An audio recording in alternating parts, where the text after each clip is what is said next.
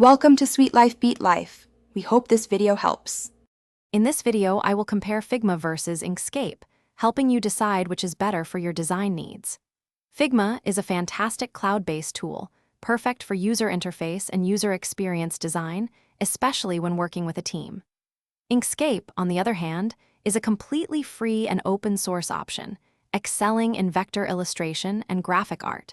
We'll explore their unique strengths to guide your choice, ensuring you pick the right tool for your creative journey.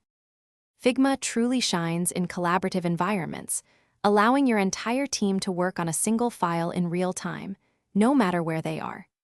It's a powerhouse for creating interactive prototypes, bringing your designs to life with smooth animations and user flows.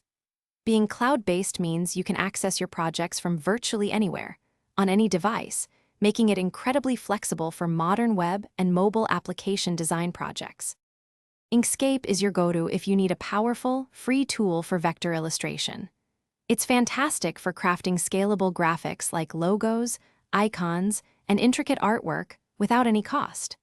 Being open source, it benefits from a vibrant community that constantly contributes to its development and offers extensive support. With its wide range of file format support and advanced path tools, Inkscape provides incredible flexibility for graphic designers and artists alike. So, which tool is right for you?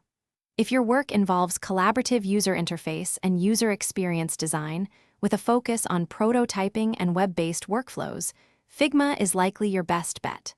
However, if you're looking for a free, robust solution for vector illustration, print design, or general graphic art, Inkscape offers incredible value. Consider your specific project needs and team dynamics to make the most informed decision for your creative endeavors.